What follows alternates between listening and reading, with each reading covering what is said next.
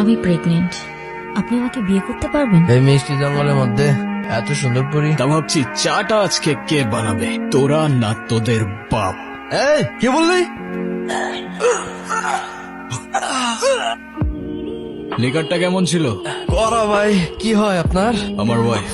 নানা যান, মামা যান, সবাই নিচে আয়েন, দেখেন কেডা আসছে। কত বড় ফাউল, ওখানে দাঁড়িয়ে ও চিৎকার চেঁচামেচি করছে। ষাঁড়ের মতো চিল্লাচ্ছিস কেন বাড়ির সামনে দাঁড়িয়ে? কি ব্যাপারটা কি? কি হয়েছে দেখতেছেন না? দেখেন কেডা আসছে। কি কি হলো, তুমি এখনো যাও নাই? তোমাকে না বললাম ভেতরে যাও। আমি বাইকটা পার্ক করে। আসসালামু আলাইকুম। আপনি নিশ্চয়ই মামা, আপনার ব্যাপারে অনেক কিছু বলেছে। আর যদি ভুল না করি আপনি ছোট খালা আর খালু। তবে আপনাদের সবার মধ্যে আমার ফেভারিট কিন্তু আপনি। আপনাকে কিন্তু আমি নানু বলে ডাকবো না, আমি আপনাকে ডাকবো নানু ভাই। আচ্ছা শুভ কোথায়? শুভকে দেখছি না। এই গুনগুন, ছেলেটা কে রে? ও আতিফ। আমরা একে অপরকে ভালোবেসে বিয়ে করেছি। দেখছেন ভাইজান, আপনার আদরের ভাগ্নি খানদান বংশের পরিচয় না জেনে একটা ছেলেরে বিয়ে করে আনছে। হাব্বাজান, আপনি কিছু বলেন না কেন? ঠিকই তো, এই শুভ কাজটা একা করলি কেমনে? সাহস পেলি কিভাবে? এতে মনে হচ্ছে আপনি খুব খুশি। এত কুতুর মুতুর করে কেন কথা বলছেন? আমার তো মনে হচ্ছে যে দুটোকেই আমি গুলি করে মেরে ফেলি। এই ছেলে, তোমার পরিচয় বলো। আমি আতিফ, আতিফ খান। নামের সাথে খান মেশালেই কি খানদান হয়ে যায় নাকি? কি কাজ করো তুমি? করি তো অনেক কিছুই, এখন কোনটা রেখে কোনটা বলবো? আচ্ছা ঠিক আছে, তুমি একটা বলো। এই তো আমি অনলাইনে। কি অনলাইনে কাজ করো তুমি?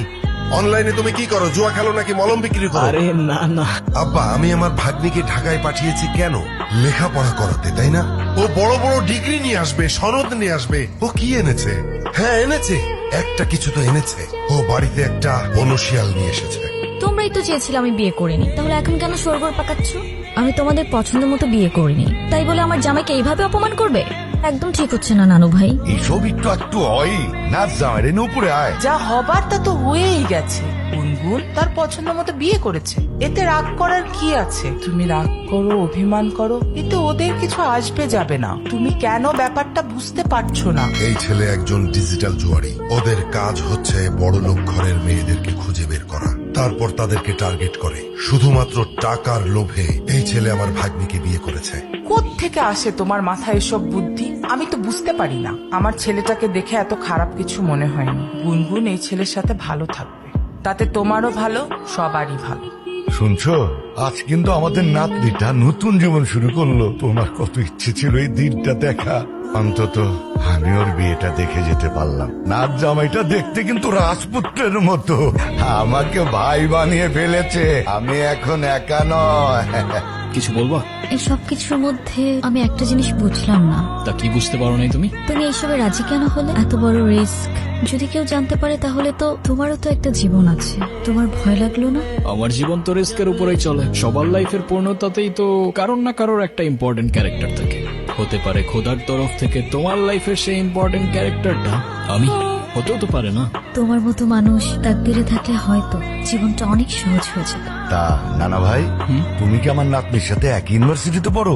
না না না ভাই, আমার ভাগ্নি প্রাইভেট ইউনিভার্সিটিতে পড়ে। নামের সাথে শুধু খান লাগালে তো আর হয় না, পাশাপাশি বাবার ব্যাংকে মালামাল থাকা লাগে। মামা ইউনিভার্সিটিতে তো পড়িনি, তবে আমিও গ্রাজুয়েটেড।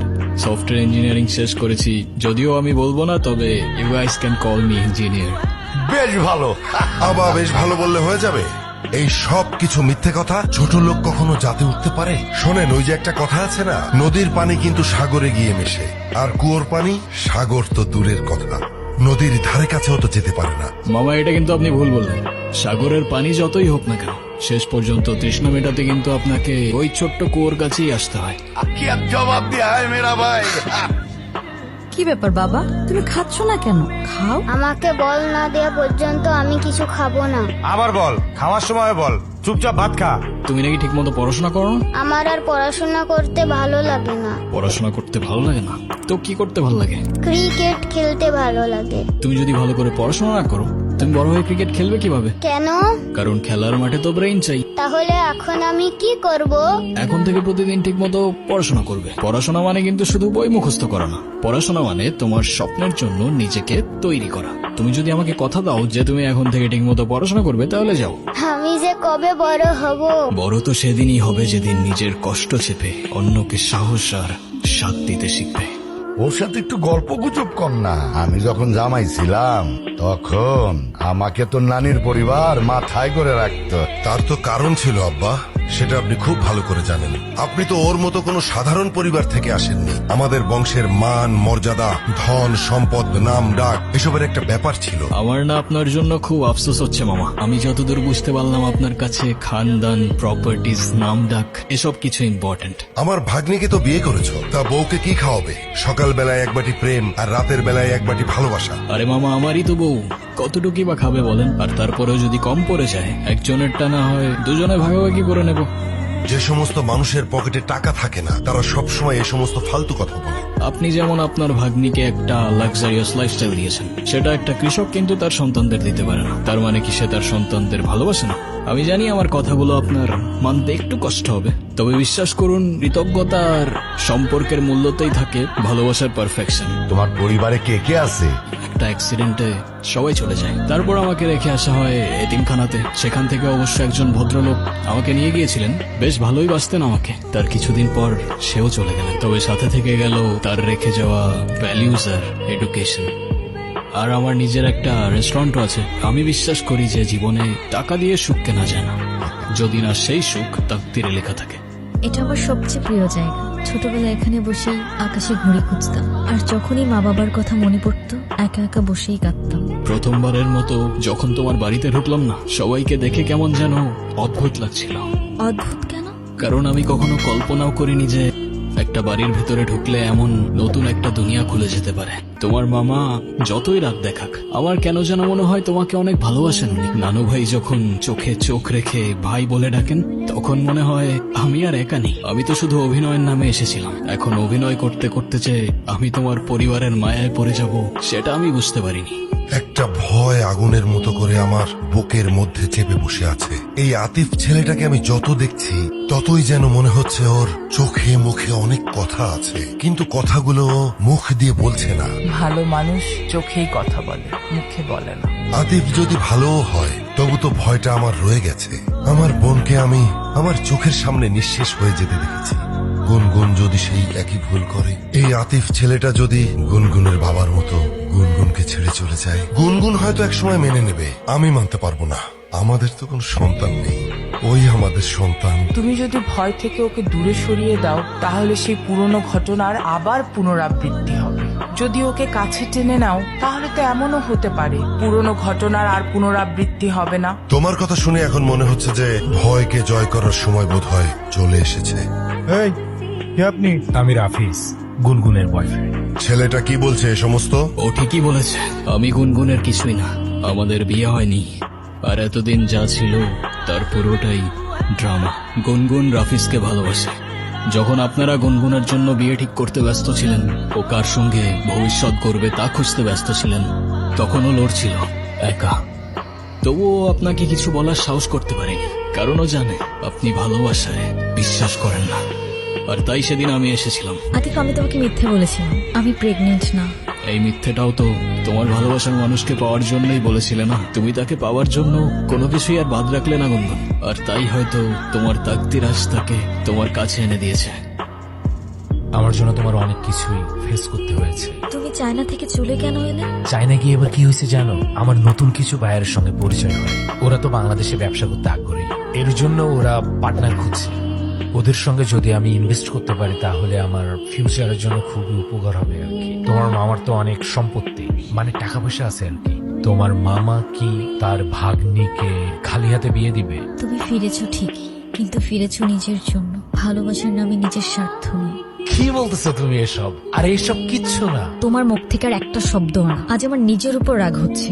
আমি তোমাকে ভালোবেসেছিলাম। তুমি জানো আমি তোমার জন্য কি কি করেছি? তোমার জন্য আমি আমার ইচ্ছের বিরুদ্ধে গিয়ে আমার ফ্যামিলির সাথে মিথ্যে নাটক করেছি। আর আতিফ, তার তো আমার কাছে কোনো চাওয়া পাওয়া ছিল না, তবু আমার জন্য, আমার সম্মানের জন্য সে এই বাড়িতে এসেছে। যে মানুষটা আমার জন্য এত কিছু স্যাক্রিফাইস করলো, তাকেই আমি মিথ্যা বলেছি, আর সেটাও শুধুমাত্র তোমার জন্য। আর আজ তুমি এসেছো, সাথে করে নিয়ে এসেছো টাকার হিসেব, ব্যবসার প্রজেক্ট। এটা নতুন কিছু না। তুমি যখনই আসো তখন ভালোবাসা নয়, তোমার দরকার নিয়ে আসো। তোমার আতিফের কাছে যাও, তোমার প্রেম ভালোবাসা সব তার সাথেই মানে। একই বাড়িতে থাকো, একই ঘরে থাকো, না জানি কি কি হয়েছে এর ভেতরে। আমি তোমাকে ভালোবাসি না। তুমি এখন এই মুহূর্তে এখান থেকে চলে যাবা। তুই আজকে যেটা করেছিস একদম ঠিক কাজ করেছিস। আমি না তোকে কোনোদিন বুঝিনি, বুঝবো কি করে, বোঝার চেষ্টাই তো করিনি। তোকে শুধু সুখে রাখতে গিয়ে আমি সবকিছু তোর উপর চাপিয়ে দিয়েছি। সুখ জোর করে আসে না, সুখ তাকদিরে থাকতে হয়। তুই একটু তোর নানুর কাছে যা না। আব্বা খুব ভেঙে পড়েছে। আতিফ বাসা থেকে চলে গেল আর আব্বা কান্নাকাটি শুরু করেছে। তোর নানুর কাছে যা। তুই কষ্টে আছিস জানতাম, কিন্তু এতটা বুঝতে পারি নাই রে বোন। ভালোবাসা মানে শুধু পাশে থাকা না, ভালোবাসা মানে তুই হাসলে তার প্রাণটা হাসে, আর তুই কাঁদলে সেও ভেঙে পড়ে। ওর চোখে যে কি মায়া ছিল বোন, সেই চোখ কখনো মিথ্যা বলতে পারে না। ও শুধু তোকে চাইনি, তোকে রক্ষা করেছিল, তোকে আগলে রেখেছিল নিজের সবটুকু দিয়ে। আমি ওর সাথে অন্যায় করেছি নানু ভাই। ওর হৃদয়টা আমি ভেঙে দিয়েছি। যে মানুষটা আমার জন্য এত কিছু করলো, তার বিশ্বাসটা আমি হারিয়ে ফেলেছি। ভালোবাসা হারায় না রে বোন, জায়গা বুঝে লুকিয়ে পড়ে। তাকদিরে লেখা থাকলে ওরে ঠিকই পাবি। যা কিছু সত্য তা ফিরে আসে, সময় দিন। তুমি এখানে? আজকে তো আমাকে কারো চোখেই পড়ছে না, অথচ এই মানুষটাই আমাকে দেখেছিল। তার ক্যামেরার লেন্সে নয়, তার হৃদয়ের গভীরে থাকা লেন্সে। সে দেখেছিল এমন ভাবে যেভাবে দেখা যায় দুপুরের মায়া ভরা রোদ, যেভাবে অনুভব করা যায় না বলা ভালোবাসা। আমি ছিলাম হয়তো তার ফ্রেমের বাইরের কেউ, তবু সে আমায় রেখেছিল তার গল্পে। দেখেছিল এমন ভাবে যেভাবে দেখে শুধু সেই, যার চোখে ভালোবাসা জন্ম নেয় নিঃশব্দে নিঃস্বার্থে। এই তুমি এই কথাগুলো কিভাবে জানলা? এখন আর এসব জেনেও কি? সে তো তার তাকদিরে লেখা মানুষকে পেয়েই গেছে। আমি তো শুধু একটা ছায়া ছিলাম, আলো তো ছিল অন্য কারোর জন্য। চায়না জিনিস, তাই ভেঙে যাওয়ার আগেই ছুঁড়ে ফেলে দিয়েছি। আমি আমার ক্যামেরায় অনেক কিছু দেখি জানো, আলো, ছায়া, রং, মানুষের মুখ, মুহূর্ত ধরে রাখি ফ্রেমে। তবে আমার সবচেয়ে পছন্দের ছবিটা কখনো আমার ক্যামেরায় তুলে উঠতে পারিনি, কারণ সেই ছবিটা ছিল আমার কল্পনায়। আর তার পাশে হয়তো তোমার ছবি। তুমি যখন আমার ডায়েরিটা পড়েছো, তার মানে আমার ভাঙা স্বপ্নগুলোকেও দেখেছো। তুমি তোমার ক্যামেরায় কত কিছুই না দেখো, কিন্তু তুমি যখন আমার জীবন থেকে চলে গেলে, আমার সব রং হারিয়ে গেল। যে চলে যায় সে হারিয়ে যায় না, যদি তাকদিরে তার জন্য ঠিকানা লেখা থাকে। তোমার তাকদিরে আমি আছি কিনা সেটা আমি জানি না, তবে সেই ছোটবেলা থেকেই একটা জিনিস চাইতাম জানো, একটা ঠিকানা। এখন তুমি যদি বলো আমি তোমার তাকদিরে আছি, তাহলে আমার সেই ঠিকানার নাম হয়ে যাবে তুমি। এখনো যদি না বুঝো, সেই ঠিকানায় আমি দাঁড়িয়ে আছি, তোমার সামনে, তোমার হয়ে। তবে শুধু ভালোবাসার জন্য না, একসাথে বাঁচার জন্য, একটা জীবন গড়ার জন্য। যে ঠিকানায় শুধু তুমি আর আমি। এবার তুমি বলো, আমি তোমার তাকদিরে আছি কি?